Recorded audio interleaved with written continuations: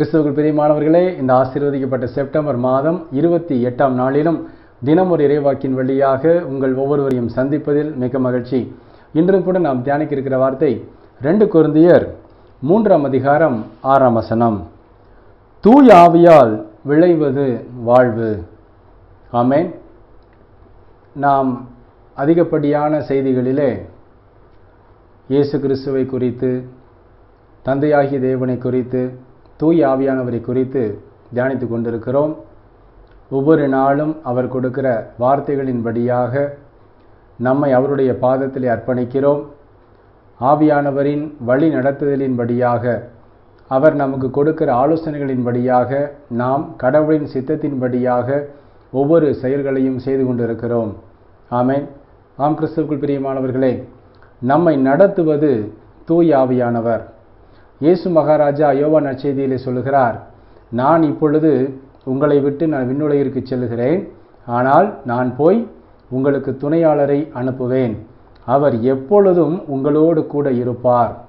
உங்களுக்கு என்னென்ன தேவையோ அந்த தேவைகளை எல்லாம் என்னிடமிருந்து கேட்டு பெற்று உங்களுக்கு கொடுப்பார். உங்களுக்கு தேவையான ஆலோசனைகளை கொடுப்பார் என்று சொல்கிறார். ஆம், கிறிஸ்துவுக்குள் பிரியமானவர்களே, இயேசு மகாராஜா உயிர்த்தெழுந்த பிறகு ஆவியானவர் தாமே நம்மை இன்று மட்டும் வழிநடத்தி கொண்டிருக்கிறார். நமக்காக அவர் தந்தையிடம் வேண்டிக் கொண்டிருக்கிறார். நாம் என்னென்ன காரியங்களை முயற்சிகளை ஏறெடுத்தாலும் நம்மோடு கூட இருந்து நம்மை அருமையாய் வழிநடத்தி காக்கிறார். ஆம், கிறிஸ்துவுக்குள் பிரியமானவர்களே, தூய ஆவியானவரின் துணையை எப்பொழுதும் நாம் வேண்டி ஜெபிக்க வேண்டும். அவர் எப்பொழுதும் நமக்குள் ஆளுகை செய்ய வேண்டும், நமக்குள் குடியிருக்க வேண்டும். அவரால் தான் நமக்கு வாழ்வளிக்க முடியும், நம்மை சரியான பாதையில் வழிநடத்த முடியும்.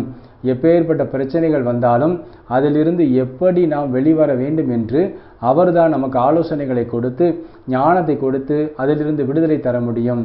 ஆம், கிறிஸ்துவுக்குள் பிரியமானவர்களே, இந்த நாளிலும் தூய ஆவியானவரின் அருளை வேண்டி, தூய ஆவியானவரே எப்பொழுதும் எங்களுடைய உள்ளத்திலே தங்கியிரும், என்னோடு நீங்கள் எப்பொழுதும் பேசிக்கொண்டே இருங்க என்று நாம் ஜெபித்தோம் என்றால் நிச்சயமாக இந்த நொடி முதல் நம்மை அவர் முழுவதுமாக ஆளுகை செய்வார்.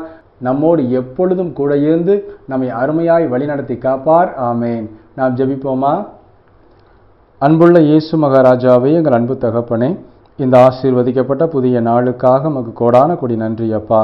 இந்த நாளிலும் நாங்கள் பெற்றுக்கொண்ட இந்த வாக்கின்படியாகவே இயேசப்பா, தூய ஆவியானவரின் வழியாக எங்களை நீர்தாமை ஒவ்வொரு நொடியும் வழிநடத்தி கொண்டிருக்கிறீர். அந்த தூய ஆவியானவரை எப்பொழுதும் எங்கள் உள்ளத்தில் தங்கியிருக்க வேண்டி எங்களை தாழ்த்தி விண்ணப்பிக்கிறோம் சுவாமி.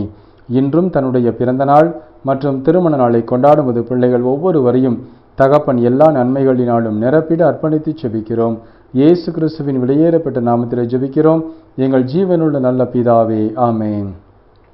கிறிஸ்துவுக்குள் பிரியமானவர்களே, இன்று முதல் தூய ஆவியானவரின் வழி நடத்துதல் நம்மோடு கூட இருந்து நம்மை வழிநடத்த வேண்டுமென்றால், நமக்கு புதிய வாழ்வை கொடுக்க வேண்டுமென்றால், விண்ணுலக வாழ்விற்கு நம்மை தகுதிப்படுத்த வேண்டுமென்றால் தூய ஆவியானவரை வேண்டி நாம் ஜெபிப்போம்.